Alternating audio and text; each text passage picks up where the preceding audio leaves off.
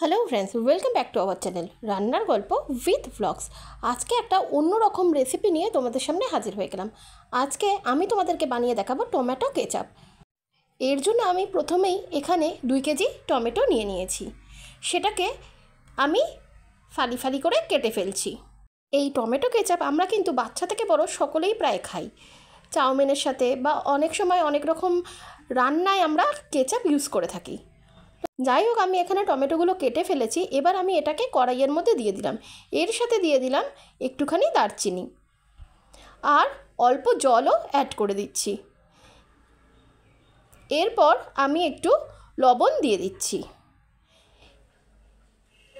এখন একটা বিট আমি এর মধ্যে দিয়ে দিচ্ছি। এই বিটটা দেওয়ার কারণ হলো একটু লাল কালারটা হওয়ার জন্য। এবার আমি এটাকে একসাথে সেদ্ধ করে নেব। কিছুক্ষণ চাপা দিয়ে রেখে দেব। প্রায় 5 থেকে 7 মিনিট পর চাপা সরিয়ে দেখে নিতে হবে সেদ্ধ হয়ে গেছে। দেখো, আমি এটাকে এবার একদম স্ম্যাশ করে নিচ্ছি। বন্ধুরা, তোমরা যারা আমার চ্যানেলটাকে সাবস্ক্রাইব করেছো তারা তো জানোই আমি এখানে রান্নার ভিডিও ছাড়তে থাকি। আর যারা এখনও করোনি তারা ঝটপট সাবস্ক্রাইব করে নাও, কারণ আমি এখানে রোজই প্রায় নতুন নতুন রেসিপি ছাড়তে থাকি।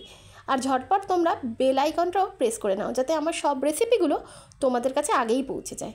দেখো, আমি এখানে সব টমেটোগুলো স্মার্চ করে নিয়েছি। এবার আমি একটা মিক্সির মধ্যে এটাকে পেস্ট করে নেব। এবার একটা ছাঁকনির মাধ্যমে ওই পেস্টটাকে ছেঁকে ফেলতে হবে, কারণ এই টমেটো সসটা বানাতে গেলে এই গাঢ় গাঢ় যে টমেটোর আঁশগুলো সেগুলোকে রাখলে চলবে না, ভালো খেতে লাগবে না। তাই এটাকে আমি একটা লিকুইড আকারে দিয়ে দিলাম। এবার অন্য আরেকটা পাত্রে একটু তেঁতুল গুলে নিয়েছি, সেটাকেও আমি ভালো করে ছেঁকে নিচ্ছি। এরপর আমি একটা বড় কড়াই নিয়ে নেব। এর মধ্যে যে লিকুইড টমেটোর রসটা বার করে রেখেছিলাম সেটা দিয়ে নিচ্ছি। দেখো, এটা এখন একদম পাতলা। এটাকে আস্তে আস্তে ফুটিয়ে ফুটিয়ে গাঢ় করতে হবে। আমি এখানে স্বাদ মতো লবণ দিয়ে দিলাম। এরপর 1 বাটি চিনিও দিয়ে দিচ্ছি। টমেটো কেচাপে যে যেমন ঝাল মিষ্টি পছন্দ করো সে সেভাবেই এইটা দিও। এবার আমি এর মধ্যে তেঁতুলটাও দিয়ে দিলাম। এবার সব কিছু একসাথে ভালো করে মিক্স করে নিতে হবে। দেখো, আমি এইটাকে ভালো করে জাল দিচ্ছি। আস্তে আস্তে এই জাল দিতে দিতে এই কেচাপটা গাঢ় হয়ে যাবে। আর হ্যাঁ, এর সাথে মনে রাখতে হবে যখন এইটা জাল হবে তখন কন্টিনিউ খন্তিটা কড়াইয়ের মধ্যে এইভাবে নাড়াচাড়া করতে হবে, নয়তো নিচে ধরে যেতে পারে। দেখো, আমিও এখানে কন্টিনিউ খন্তি নাড়িয়ে চলেছি। আস্তে আস্তে গাঢ় হতে শুরু করেছে।